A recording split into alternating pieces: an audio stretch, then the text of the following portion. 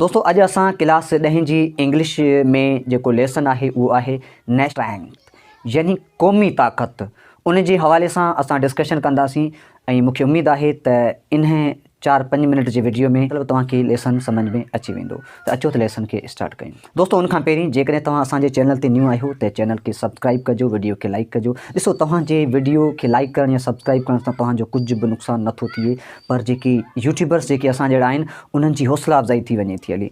ऐं मूं ॾिठो आहे त मूं चेक कयो आहे त मुंहिंजा वीडियोज़ काफ़ी दोस्त उहे ॾिसनि था जिन मुंहिंजे चैनल खे सब्सक्राइब कयो ई नाहे, ऐं जिन्हनि सब्सक्राइब कयो आहे उहे घटि ॾिसनि था। त प्लीज़ ईअं न कयो कि क़ौम जी जेका ताक़त आहे उहा कहिड़ी हूंदी आहे।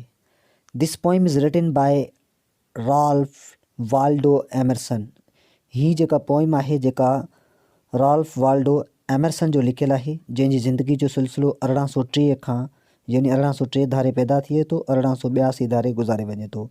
ही was born in Boston USA। दोस्तों ही USA जेको कंट्री आहे यूनाइटेड स्टेट अमेरिकन में जेका बॉस्टन इलाइक़ो आहे, को ॻोठ या शहर को आहे, हुते पैदा थिए थो। He was an एसियस्ट। ही हिकु कालम निगार हूंदो आहे, कालम लिखंदो आहे। अ पोइट हिकु शाइर आहे एंड ए फिलोसोफर, ऐं हिकु ॾाहो शख़्स आहे। हिज फिलोसफी इज़ एवरलास्टिंग। एवरलास्टिंग माना हिन जी जेका फिलोसफी आहे हमेशह ज़िंदा रहंदी या सदाईं हलंदी, छाकाणि त हिन एतिरी सुठी क़िस्म जी जेका लिखी आहे। Because it is arise from a desire to make all things new, to seize life freshly, experience it first hand and use to build on the old. छाकाणि त हीअ हर शइ खे नओं बनाइण जी कोशिशि करे थो, जिन पुराणी शयुनि खे जेका हीअ इन जी कोशिशि हूंदी आहे उनखे नओं बनाइजे, ऐं जेका हीअ ज़िंदगीअ खे ताज़ो करे थो। ठीकु आहे, माना जेका फ्यूचर जी जेका ज़िंदगी आहे या फ्यूचर में जेके अचण वारा जेके ॾींहं आहिनि त उन्हनि खे हीअ ताज़ो करे थो। दोस्तों हाणे पोइम आहे, हिते चए थो नॉट गोल्ड, चए थो न सोन, but only mean can make a people great and strong. चए थो कंहिं बि क़ौम खे फ़क़्ति उन क़ौम जा माण्हू ई अज़ीम ताक़तवर बणाइनि था, न कि सोन। चए थो सोन न, बल्कि कंहिं बि क़ौम खे ताक़तवर जेके आला बणाइनि था न, उहा माण्हू ई बनाइनि था। मीन हू फॉर ट्रुथ एंड ऑनर्स सेक स्टैंड फास्ट एंड सफ़र अलॉन्ग। चए थो उहे माण्हू, मीन हू चए थो उहे माण्हू जे सच ऐं इज़त ख़ातिर जेका हिकिड़ो पके इरादे ते क़ाइमु रहनि, त उहे घणे अरसे लाइ तकलीफ़ूं बर्दाश्त कनि था ऐं हू केतिरो ई सफ़र कनि था। ठीकु आहे, ॾुख बि ॾिसनि था, पर हू पंहिंजे पकनि इरादनि ते, डिटर्मिनेशन जंहिंखे पाण चऊं, उन ते सदाईं अटल हूंदा आहिनि। ठीकु आहे। ब्रेव मीन हू वर्क वाइल अदर्स स्लीप।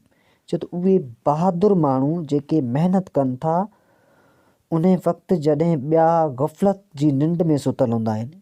चए थो उन वक़्तु उहे महिनत कनि था जॾहिं ॿिया निंड में सुतल हूंदा आहिनि। Who dare while the others fly.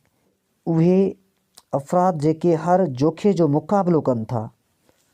ठीकु आहे, डेयर हू डेयर चए थो हिमत कनि था, वाइल अदर्स फ्लाई ॿियनि जो मुक़ाबिलो कनि था। They build a nation's pillars deep and lift them to the sky. जंहिं वक़्तु ॿिया मैदान छॾे भॼी वञनि था, इन जी माना ईअं कयूं, चए थो जंहिं वक़्तु ॿिया जॾहिं मैदान छॾी भॼी वञनि था, उहे मर्द मुजाहिद हूंदा आहिनि या सुपर सालार हूंदा आहिनि, जेकी क़ौम जे थंभनि खे मज़बूत ऐं उन बुनियाद ते पीड़ जेका उन खे बीहारनि था ऐं क़ौम जी नामूस खे वधाइनि था ऐं क़ौम जी इज़त खे वधाइनि था।